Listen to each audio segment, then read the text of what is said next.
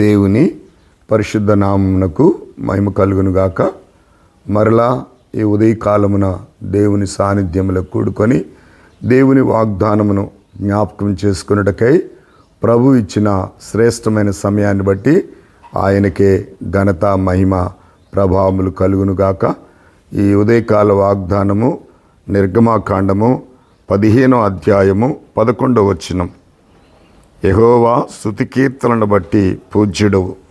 నిజంగా ఆయన పూజ్యుడు, పూజార్హుడు, పూజింపదగినవాడు. ఆయన నామము బలమైనటువంటి దుర్గము. నీతిమంతులు అందులోనికి వచ్చి సురక్షితముగా నివసించదురు అని రాయబడింది. ఈ నిర్గమకాండం అంతా కూడా మోషేను దేవుడు ఎన్నుకొని ఇశ్రాయేలు ప్రజలను నడిపించిన విధానమును గురించి మనం ఇక్కడ చూస్తూ ఉంటాం ప్రియులారా. ఎందుకంటే మరి యెహోవా స్తుతి కీర్తనలను బట్టి ఆయన పూజ్యుడు, పూజనీయుడు, పూజింపదగినటువంటి వాడు, వేల్పులలో మహాగణుడు, మహోన్నతుడు. ఆయన నిన్న నేడు నిరంతరము ఏకరీతిగా ఉండే దేవుడు. ఆయనకు ఉన్నవాడను అనువాడనటువంటి బిరుదు కలదు. వర్తమాన భూత భవిష్యత్ కాలములో ఉండువాడు. ఆయన ఎల్లప్పుడూ కోపించే దేవుడు కాదు, నిత్యము ఆయన వ్యాజ్యమారుడు. ఆయన అబద్ధమాడన్నారని దేవుడు కనుక ఆయన వాగ్దానము నమ్మదగింది అనే విషయాన్ని నేను జ్ఞాపకం చేస్తున్నాను.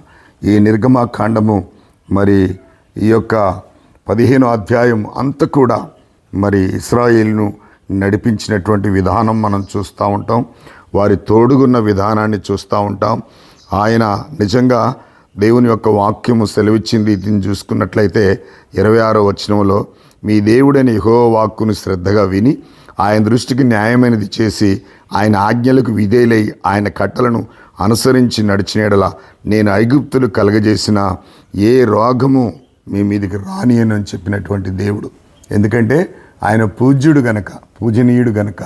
కాబట్టి ఆయన ప్రేమను బట్టి, ఆయన దయను బట్టి, ఆయన చిత్తము నిరంతరం జరిగించడానికి దేవుని కృపలో మనం ఎదుగులాగున నిజంగా పూజనీయుడైనటువంటి ప్రభు ఆయన ఒక్కడే పూజార్హుడు.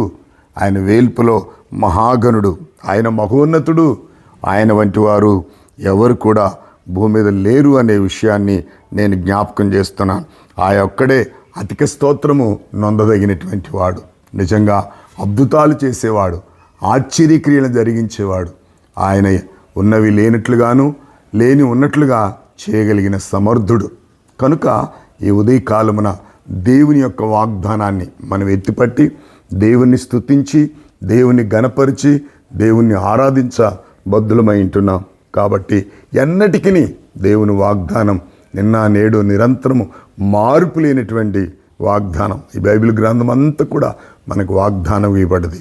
యెహోవా మరి స్తుతి కీర్తనీయుడైన ఆయన స్తుతులకు పాత్రుడు, యోగ్యుడు, ఆయన పూజ్యుడు. కనుక ఆయన్నే పూజించి, స్తుతించి, గణపరిచి, ఆరాధించి నిత్యం ఆయన కొరకు జీవించడానికి ప్రభు మనకు సహాయం చేయనుగాక. ప్రార్థన చేసుకుందాం. పరిశుద్ధుడు అయిన మా తండ్రి, కృపగలిగిన మా యేసయ్య, జీవముగల నాయన, జీవాధిపతి, సైన్యములకు అధిపతి యెహోవా, నీ పాదములకు స్తోత్రము చెల్లిస్తున్నాం. నీ నామం బలమైన దుర్గము, నీతిమంతులందుకు సురక్షితముగా నివసించనని చెప్పావు. నీ కృప మాకు అనుగ్రహించండి. నీ యొక్క ఘనత, ప్రభావం నిత్యము కీర్తించే విధంగా నువ్వు పూజార్హుడవు, పూజింపదగిన వాడవు తండ్రి. వేల్పులో నీ వంటి వాడు ఎవడూనూ లేడు. కాబట్టి నీ వాగ్దాన ప్రకారం జీవించినట్లు నీ కృప మాకిచ్చి మమ్మల్ని ముందుకు నడిపిస్తూ రమ్మని యేసుక్రీస్తు నామంలో అడిగి వేడుకొనుచున్నాము తండ్రి, ఆమేన్. దేవుని పరిశుద్ధ నామమునకు మహిమ కలుగునుగాక. దేవుడిచ్చిన వాగ్దాన్ని ఎత్తిపట్టి ఆయన్ని స్తుతించి ఇతరులకు కూడా షేర్ చేసి వారును మనము దేవుని ఆశీర్వాదాలు పాత్రలు కావాలని మనం చేస్తున్నాను. God bless you all.